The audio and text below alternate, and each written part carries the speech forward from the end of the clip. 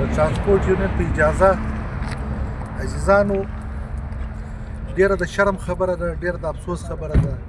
9 ورځې د دا هړتال شوي دي.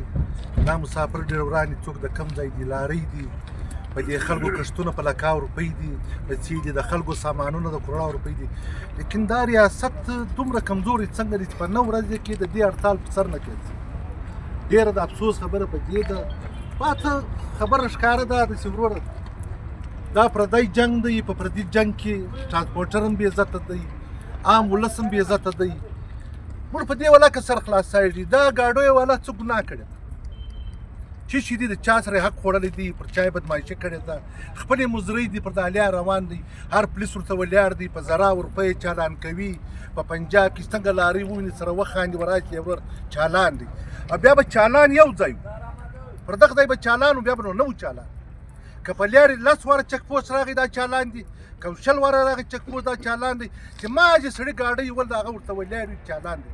دا خو وروره بیا په دې شرګردي کې دا ګاډۍ په ساوي دي، 4 کروړ په یوه ګاډۍ ده. هره ورځ څوک راشي ورته وایسځي.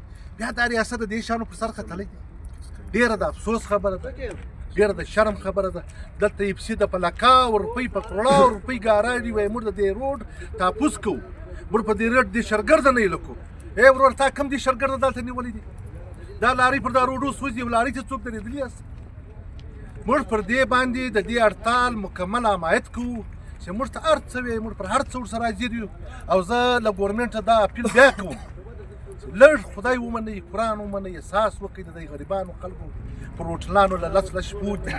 په تاسو کې دونې احساس نشته، دونې شرم حیا نشته د دې خلکو د دې غریبانو د سهار ماښام د مړۍ مسله ده.